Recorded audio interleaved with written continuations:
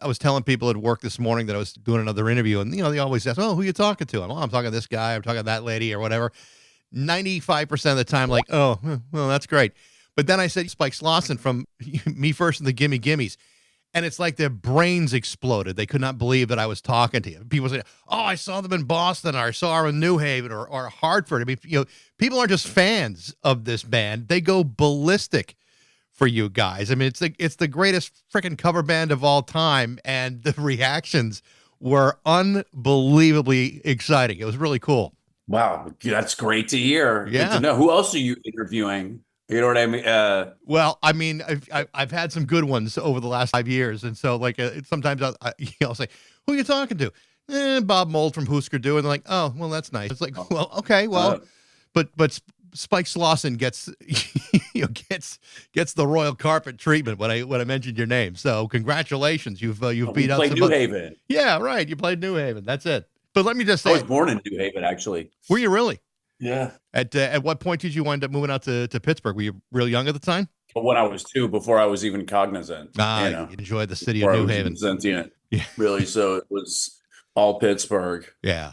I might as well have been born there, but I was not. Well, let me just say how much fun it's been, like, to go back and not only to listen, to what you've done with Me First and the Gimme Gimmies, but also, I was listening back to Five Lesson Learned and some of the other stuff you've done. And I know, being in a band is not always fun, but you always seem to make it seem like you're having the time of your life. Well, I mean, it helps that like when you're devising the songs, like if it takes more than 15 minutes for it to be a good time already, then we know that that you're on the wrong tack and that we have chosen the wrong song. So if it starts to feel like work, other than the things that obviously do, like flying and not sleeping and Right. all the other challenges that come with traveling, other than those kind of natural challenges, it's I wouldn't say it's not easy, but it's fun, and I'm able to be somebody else for an hour and a half a night or something, and then just sort of it gives me a great sense of satisfaction to Yeah. troll crowds. Maybe it has to do with being bullied as a kid or something and being desperate for any kind of attention, like, I mean, there's no better profession for a malignant narcissist than a singer in a band. Yeah. And I think it keeps my worst tendencies in check. Yeah. That does seem to kind of draw that out in people, I suppose. But I mean, Yeah. to be in a band, any band, even in a band that kind of goes into various forms for over 30 years, is a really long stretch for anybody. But back in April, you did a little what they would call rebranding and updated the name to Spike and the Gimme Gimmies. What was the idea behind that, and why did you change it? I don't know. It's tough to say. A myriad of reasons. Truth in advertising, pride, egotism. Um, There goes the malignant These are all on my narcissism part. I'm again. not speaking about anybody else, mind you. But we don't think so much as default. And again, that's probably why we are able to keep our high energy, high intensity smiles on, and make it appear as though we're having a great time, Yeah. which we are. I mean, I saw the video that you had done a while back with Fat Mike talking about the name change, and obviously this is all with his blessing, and it seems to be like a totally amicable situation. But this is also happening while he's stepping back from like NoFX and some of the other stuff that he was doing to focus on other stuff. The Punk Rock Museum would be one of them. Tell me about that, Yes. and about his scaling back on this project with you. Well, I mean, traveling, especially as much as he has done in his life, like I want to say, like as a teen or at least in his early 20s, like they really started beating the pavement as far as touring, and not the kind of like rewarding, enriching touring that he would do later on in life. Right. Like the just sort of, I mean, I wouldn't call it thankless.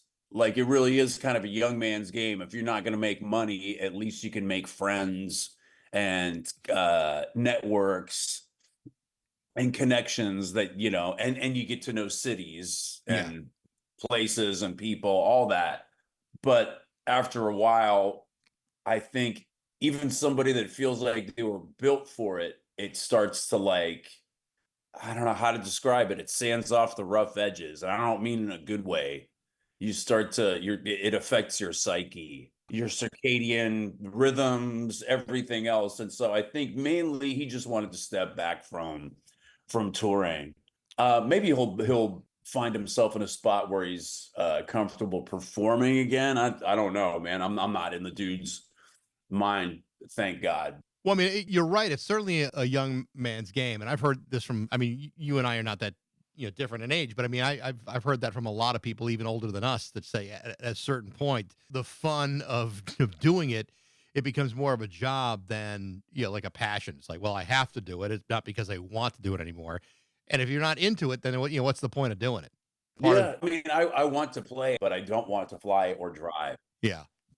So, every band starts off, doing covers, and, punk bands have been doing it forever. The Dead Kennedys did it. The Circle Jerks did Golden Shower Hits. The Replacements, the Dickies, have been going on forever. Walk me back to 1995 a bit here when you guys first came up with the idea of going full covers and going at it 100%. How did that start for you guys?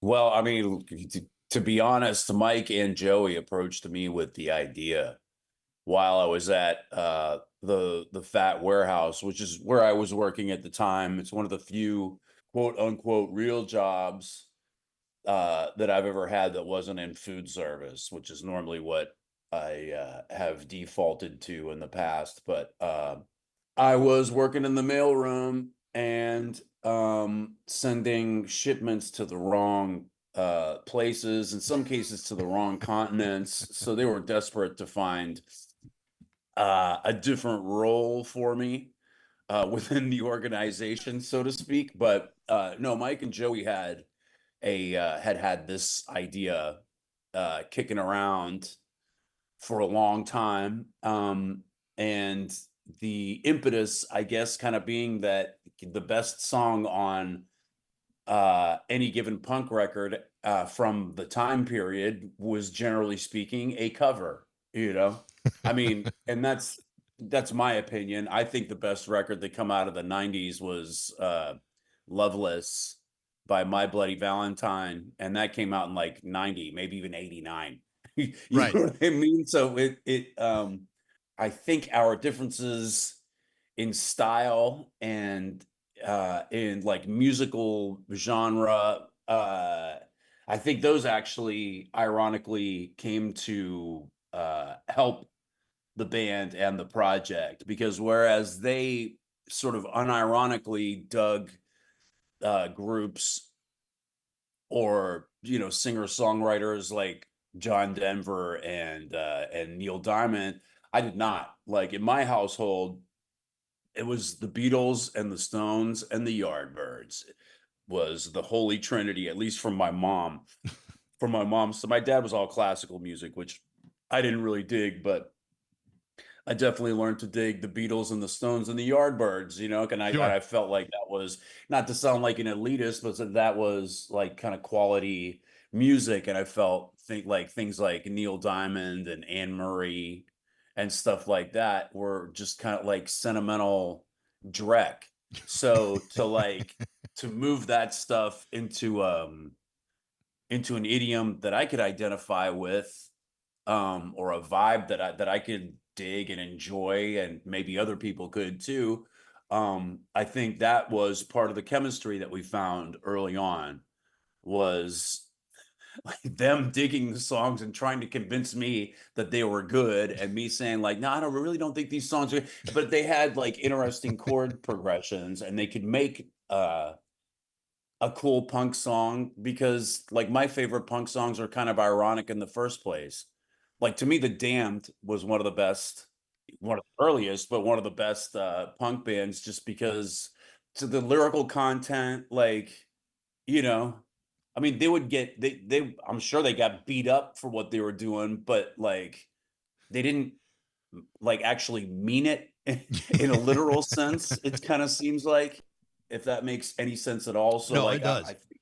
there is kind of a layer of irony, to me at least, in some of the best punk and rock and roll songs. Like that's my favorite thing about the Kinks, lyrically and like delivery. Is it just there feels like this kind of like detached, almost detached, because there's definitely love in those songs. Right. Um, but kind of irony to everything. Like Victoria is one of their best songs, and it's one of my favorite songs ever of all time. And it's like it's not meant to be taken literally at all. It's funny when you talk about like some of the best punk songs were always covers. To me, whenever I went to like shows like in the '80s, and a band would tackle something, that was always like the part of the show that I remember. I mean, like I mentioned Bob Mould. I mean, the first time I heard them doing the Mary Tyler Moore theme song, I thought, well, this is the greatest fucking band I've ever heard in my life. And 8 Miles High. 8 Miles High, Not to exactly. mention. I mean, those kinds of things always stood out with me for bands, not because of the song that they were doing, but there was a sense of fun and a sense of irony about some of that. So when I go back and listen to the first album for the Gimme Gimmies, I mean, I'm hearing Terry Jacks and James Taylor and One Tin Soldier by Coven, and I'm thinking this is fantastic. I mean, you're not just doing the cover songs, you're really blowing it up and making it sound amazing. I mean, is there like I mean, how do you pick these? Is there like a democratic process where someone says, "Hey, let's do Barry Manilow," and you say, "Oh yeah, let's give it a shot." No, not at all. It was mainly so Mike and Joey were the ones with the idea, but they also were the ones that were armed with the original sort of source material, and that was still sort of my favorite de facto theme, even though it wasn't necessarily a theme. I guess maybe you could call it AM rock or something. But that was still just because the stuff is so, I don't know, man, cloyingly sentimental, and it's like taking a bath in lukewarm water. You know what I mean? Like, Sure. and so to the difference between listening to the song as it was played and recorded to like us speeding it up, like that it was like it's partially humorous, but it's also something else. Like it's kind of exciting too, if that makes any sense. Like you get it's energizing. And but the humor is, and the trolling aspect of it is what has always appealed to me. And I don't think I necessarily got that dynamic early on. Like I would want to do, hey, why can't we do a Saints song or a Kinks song or a Stooges song? And then I learned why we don't do that. you know? No, I mean, and punk bands in the 80s, like I wouldn't say that their best songs were necessarily the cover. I just think the 90s was just kind of for me personally was kind of a hard year for the notion of punk. Like Yeah. I remember how excited I was when like Nevermind got really big, and this music that I had listened to and gotten beat up. Not like I was, around in any kind of early days or anything. The first show that I went to was in 1984, but still it was something you get beat up for. It Yeah. was something that was kind of secret. And to see the whole world digging it at first felt like kind of validation, as dumb as that sounds in hindsight. And then that Green Day, because I knew those dudes, that record went really big. And even if I didn't like it, I wasn't. It was still kind of cool to see these people get their due and more. I don't know, the '90s punk churning into just another like choice on the radio dial. I think was deleterious to the culture itself. Or you could look at it another way and say that it's the best thing that could have ever happened because it meant that people would crave something different, something underground that only happened in like residential basements, like the next, whatever it is, electro.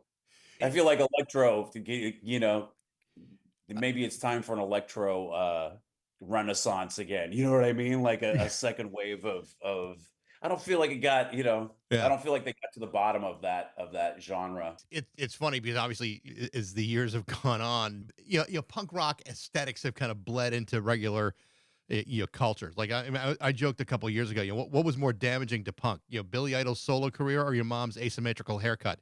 They both Yeah. they both had their place, and I still think your mom's asymmetrical haircut probably was worse for everybody. But nevertheless, that's how things kind of like progressed. It's like all of a sudden it didn't seem as dangerous anymore, and then a lot of punk just kind of felt like it became somewhat arena rock after a while. Yeah.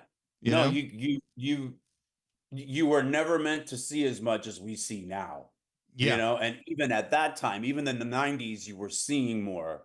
Like the age of social media, what that has done for me is make people that I used to think were very cool seem a lot less cool because they share everything. Right. And they don't leave because they feel compelled to post and share and comment and offer opinions, and I get, maybe they were never that cool. Maybe it was just producers and handlers and agents and people telling them what to reveal and what not to reveal. I think that's right. Sometimes image building left in your own hands can sometimes be the worst possible decision you can make. Well, and that's the thing with punk. Not only did it sort of, was it accepted, and the asymmetrical haircut mom, the worst part of it was when she was singing along to a Gimme song. You know what I mean? That you were listening to in your bedroom. Because that was definitely a dynamic that we caught on to very early on in the band's history. It's funny because I'm, thinking like, like you've done a bunch of like kind of mashed up versions of songs. London Calling by the Clash all of a sudden becomes Eleanor from the Turtles. I mean, you can see I how love the Turtles. the I love Turtles the are Turtles more than I love the Clash. yeah, Like, I have to the be Turtles are honest, man. fantastic. And but to combine the two is nothing short of genius. And when you talk about the mom who's singing to those songs, well, she's singing to those songs because all of these songs at some point touch people in some way, no matter how goofy they may sound. It's like we all know those Billy Joel songs and the Carly Simon songs and Yes. James Taylor. It's like it's there's a reason why people are ballistic about the band because it's not just nostalgic. It's just like someone's putting a fresh coat of paint on these classics and making them sound even better. To me, that's the magic of what you guys have been doing for the last 30 years. Thank you. And it, so that to the earlier point, that's like, if we can't do that, and if we can't do it within 15 minutes, then we should probably move on to something else. Like, it's not like all the stuff is there. It's already written, and I don't even think it's like conscious interpretation. It's just you learn the chords and you kind of you speed it up, play it sort of in an idiom that is more to your liking. And if you're not getting anywhere in a nominal amount of time, then you just sort of move on. And in some cases, like, you get an epiphany. I don't want to sound pretentious, but in some, like, when and this was Pinch's idea when we record, where we played a quinceañera a few years ago and recorded it live, kind of like Johnny's bar mitzvah. And we were doing Love Will Keep Us Together by Captain and Tennille, and it was sounding good and we liked it, and it had that that weird kind of trolling irony and like excitement, kind of Yep. like you were saying. Yep. And then we were trying to figure out maybe a classic punk song to kind of mash it up with, and Pinch said, "Love Will Tear Us Apart." And that moment, that was one of those moments where I felt like, I got to watch out for buses today because I'm going to get run over or something, because this is too good to happen to somebody without something bad to kind of, even the universe out. But But when I heard that version, when I was listening to the Quinceañera record, to me, the sheer irony of combining both those songs together is both dizzying and magical at the same time. It's absolutely pure genius. It was like a perfect choice for that song. I love Pinch, but he's no more of a genius than I am. He just sort of love will tear us apart. You know what I mean? But it was fucking inspired, and that's kind of what you just sit in a room. I mean, that's the thing of. I mean, I don't know. I'm sure it's not all music is like that. There are Yeah. some people, some singer, songwriter, collaborators that are able to craft an entire image carefully, meticulously, and right after having written their own songs, after having labored over, being undecided about a certain chord or, a certain passage here or there, and then realizing, you ran 100 miles, but we still got one to go because you got to present yourselves. And I feel like it's kind of like to what we were talking about earlier with punk bands, like not only had they sort of become more popular, and not only were these kind of, questionable people on your periphery starting to like listen to punk and starting to appreciate it, which is something that I was certainly ambivalent about. But I feel like the style itself suffered. Like if you talk about early punk bands, they were super image conscious, And then that, like maybe sometime in the 80s, that became a bad word, like image conscious. So like you'd wear shorts or jeans and like ripped up dirty like crew neck sweatshirt on stage, and it's still like and to the extent that that was different from what you had been seeing, I guess it was refreshing. But like even a lack of style is a stylistic choice, if that makes any sense. Totally makes Like sense. even a stylistic default is a choice. And no matter what year it is, no matter what genre it is, it's still a proscenium arch. Like, and people are still paying you for something, which is ultimately entertainment, maybe information too, maybe a sense of solidarity and belonging, but it's also like you're meant to entertain and go someplace outside of yourself. And Yeah. I feel like in the 90s, this look became, especially out here, became codified with like, Volcom hats and board shorts and stuff. Like that's questionable enough as streetwear, much less like, something that you would wear on a stage where you're playing in front of people. Yeah. Well, it's funny because there have been certain times over since the '80s where punk has gone through these moments where all of a sudden there are like these hard, fast rules that are attached to it. Like you're right when it comes Yeah. to, things like image or what you're wearing or certain songs or how you're playing. I mean, there's all there always seem to be a group of people that want to impose rules on it. You talk about provoking an audience or trolling an audience or whatever. I mean, has it ever come to the point where someone comes up to you after the show, puffs up, and said, "Man, it's just not cool to be making fun of Johnny Mathis classics or something like that because it doesn't conform to a certain amount of rules"? Have people ever confronted you based upon what you guys are doing is for whatever reason not falling into a specific category that they need you to be in? No, no. The only thing that we've been vibed about is not being an original band and being better than the people playing after us. Like that. That's the only, What a terrible position to be in. well, for them, yes. But no, that's the only time that we've ever been. I don't think nobody that would come to our shows has any issue with whom we cover or how we do it. I think it's more, like my heroes, generally speaking, apart from a few bands, if you're talking about live performance, would be comedians, Hmm.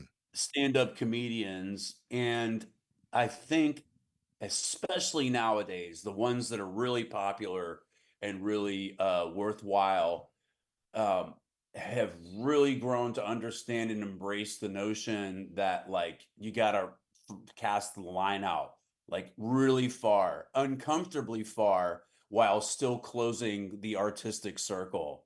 You know, so that's what we try to do. We will come to the point where we're actually eliciting like boos and like public or vocal Right. displays of displeasure and disapproval and outrage. And ironically, as all comedians know, those are the nights that you sell the most shit or you sell the most tickets to your next show in this town. Is like the louder the booze, the more shirts you're going to sell, as long as you bring them back. Well, that's but that's the thing, and it's actually a pretty interesting comparison because I agree with you. Sometimes the best comedy is when the setup of a joke seems to be, so far off the ledge that you could see people maybe getting up out of their seats and walking out. But a real artist brings it all back to a way where either it's going to, kind of inspire you, or just the irony or stupidity of the concept just makes you laugh. I mean, that's, to me, Right. there's an artist. Jesselneck. Yeah. From my fucking hometown, Jesselneck. And if I tried to say, like, because I don't know the dude, but if I tried to say that he was a decent person in any kind of public forum, he'd probably sue me. You know what I mean? But because like he's crafted this shithead persona, Yeah. and it's such a perfect one. He was exactly what I was thinking about when you were saying that. Jeselnik is Patrice O'Neill was another one that was an early genius of that kind of trolling sort of, and Tracy Morgan with and he did the same thing that Patrice O'Neill did. They would pick some poor soul out in the audience to stare at when they would just sort of like sit on this horrible provocative joke or setup that they were doing, and they would just stare at one person and pause and let it marinate. And it's like just the timing, the chemistry, the poise, the demeanor, and then the will to provoke and agitate and troll. Like that's something I feel like a lot of music performers, especially in quote unquote punk bands, especially after the 70s, when it kind of became more codified and quote unquote serious, like that they want to be the heroes of their story. And they want to, they're very earnest about like their political or philosophical beliefs of why you should believe what they believe. In a lot of cases, I do, man. I'm a pinko, but I don't try to make anybody else think that way. And I think the Gimmies is the last forum in the world to be preaching any kind of politics. Right. But as that concept applies to you, obviously you're doing covers. The banter in between songs is unique and it's ironic and it's funny and it's I don't want to say confrontational because that's not really it, but it is trolling. I mean, where does that come from you? I mean, you talk about comedy. Do you have any experience in it, or is it just you're just none. naturally just naturally somebody you that appreciates it and I don't know, works on my timing at at shows in my little way because I'm not a comedian, Right. though I would love to be. I write a good joke every once in a while. I don't know, man. Pittsburgh was a weird place in the 70s and 80s. And I feel sort of a high pressure environment. And to say that sounds like maybe a little disrespectful to the people that were experiencing real pressure at the time, but like the people that were experiencing real pressure pressured me, if that makes any sense at all. No, it does. And it was weird. That plus a healthy dose of malignant narcissism, I think, is what put the urge to sort of to troll people, but then like sort of a dubious approval at the end, which is why you do it anyway, right? Yeah. Yeah, of Well, course. yeah, I guess so. Because I don't want 100% approval, even at the end, Well, narcissism is usually a defense mechanism against insecurity. So you never want to be completely validated. No, I don't, because I don't like what it says about me or about them, or it's complicated, as I'm sure it is with a lot. Some people are just trying to get a message out. whether that message is like in the content of their lyrics or the vibe or the costumes or, whatever. But I'm just trying to get my yayas out. Yeah. You can't talk about this band without talking about the people that have been in it over the last 30 years. And when you go Yes, through no. the lineup, it's freaking ridiculous. I mean, Fat Mike, but CJ Ramone, Brian Baker's been Yes. in this. Yes. With Pinch, you're talking about the Shiflett brothers. I mean, it must be hard to not occasionally fanboy the hell out of this lineup and say, I can't believe I can't believe this guy is playing guitar next to me. I mean, it's got to be a pretty wild experience to know that these people didn't have to have their arm twisted too hard to join you.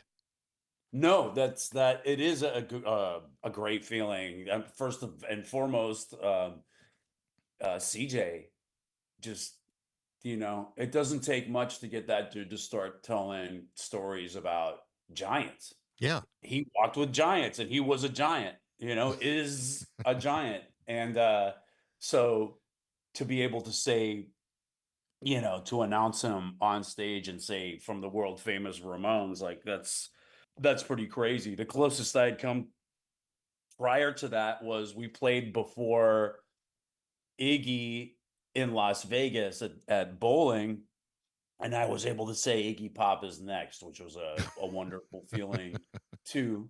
But and then Swami John Reese, like I was definitely aware of Circa Now when that record came out, and that record had a big sort of impact on my, I guess you could call them parameters of what was acceptable in music and the so-called punk, or I mean, were you calling it indie at that point? Like, I have no idea, but just people sort of forging a path because nobody knew what it was. Right. Not everybody wanted to be Green Day or Nirvana or, and then there were people that were just sort of doing stuff that was kind of just off the beaten, maybe a little more butt rock, because I think that's like there's a little bit of that in Rocket from the Crypt too. Mm-hmm. And as a lover and unironic lover of butt rock, like I still love Foreigner.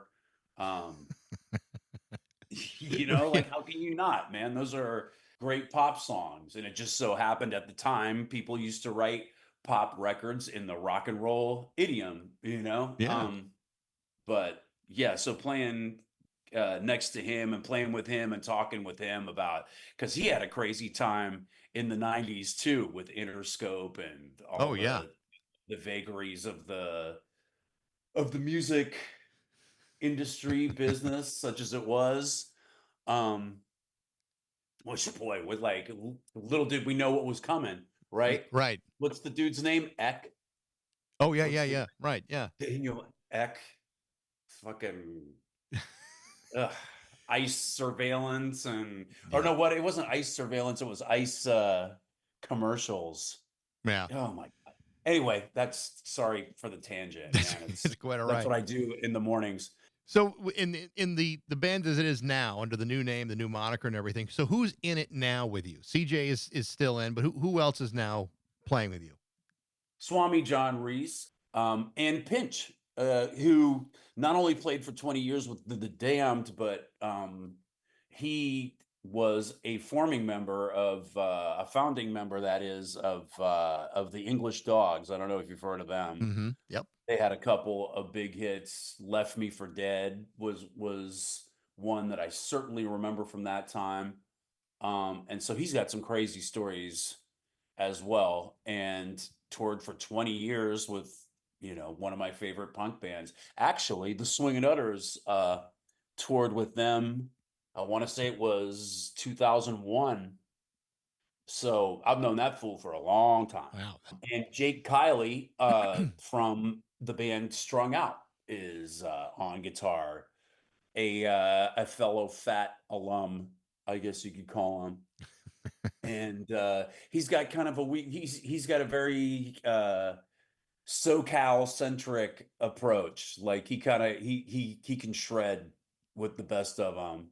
Hammer-ons, arpeggios, very like he's I don't know if he'd be offended if I were to say that he was kind of an Eddie Van Halen acolyte, that's not an offensive thing to That's say, not right? no, that's not offensive. That's a No, compliment for some people. exactly. Yeah. And he shreds on the same streets that Eddie Van Halen once shredded on. So, Right.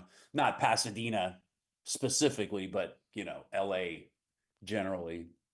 I got to ask you a little bit about the last record about Madison's Quinceañera. Came out last year. I mean, it's she's probably driving by now. Uh, Yeah, definitely. definitely driving by now. Prom season's probably only a few months away. In San Diego. That's it.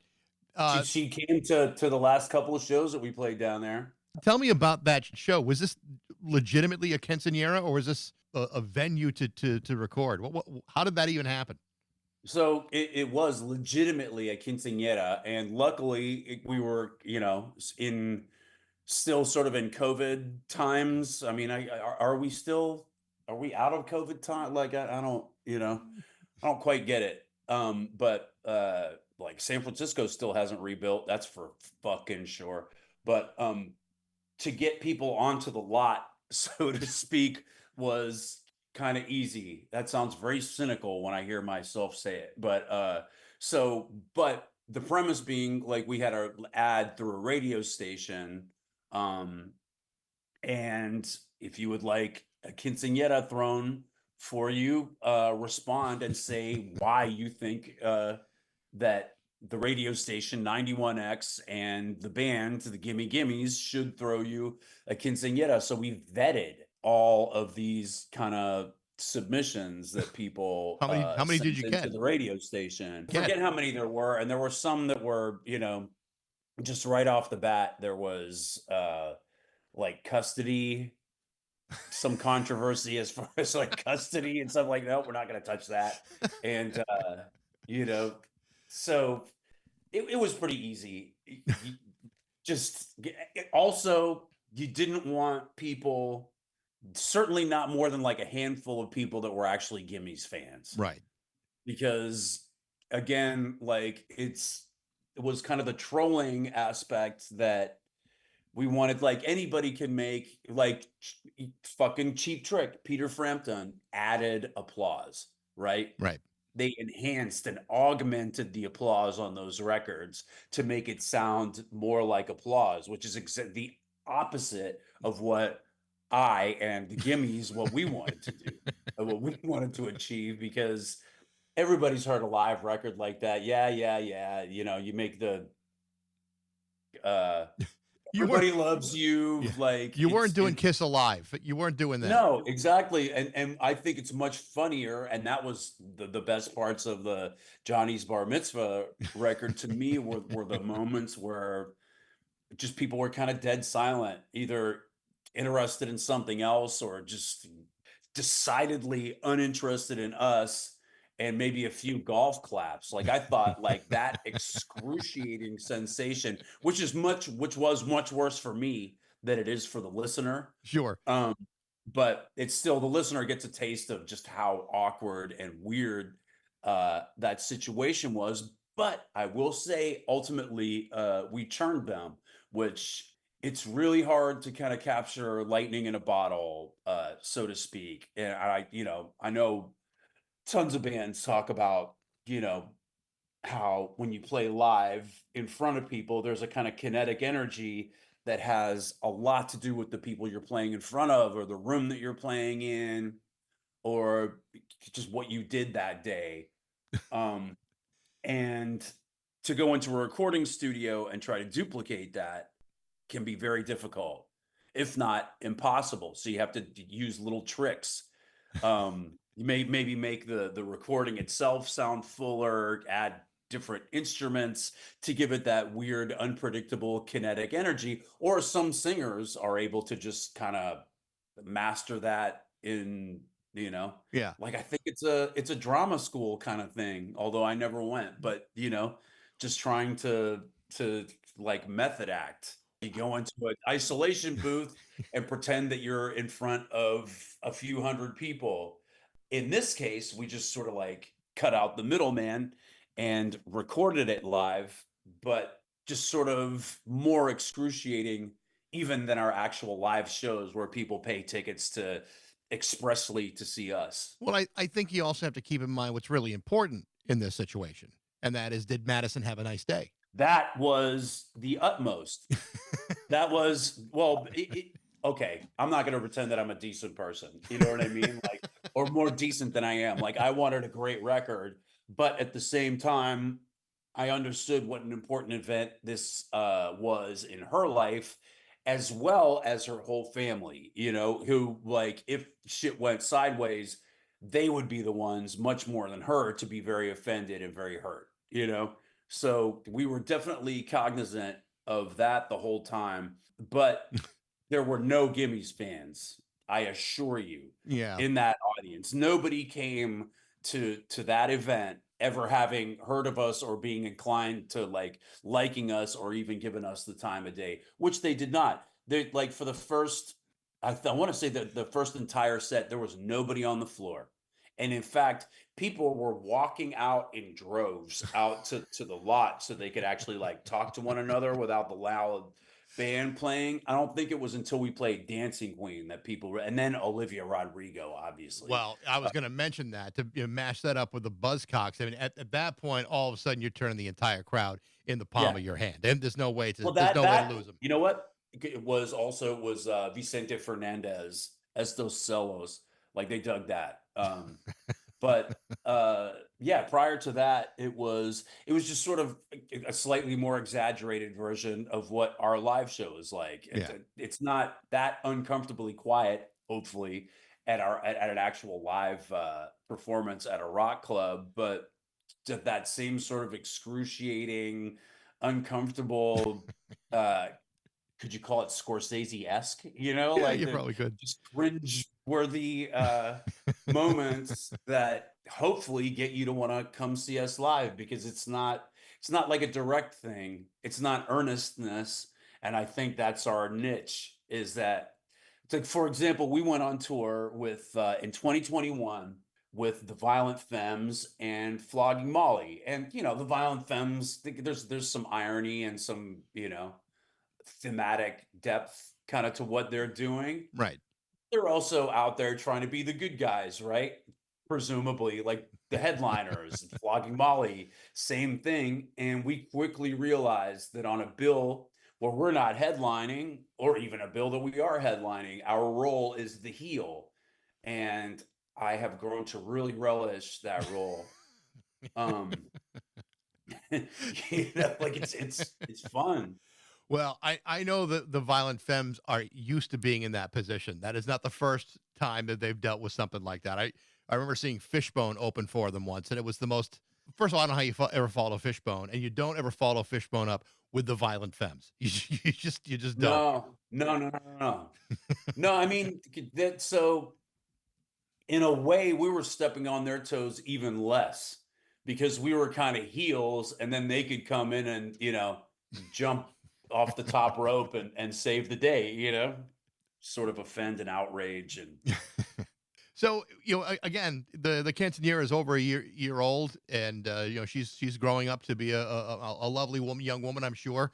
What are the plans for the band now? Are you thinking about recording any new music? I know you're going out on tour in December in England, but as far as new music goes, where are you at with that?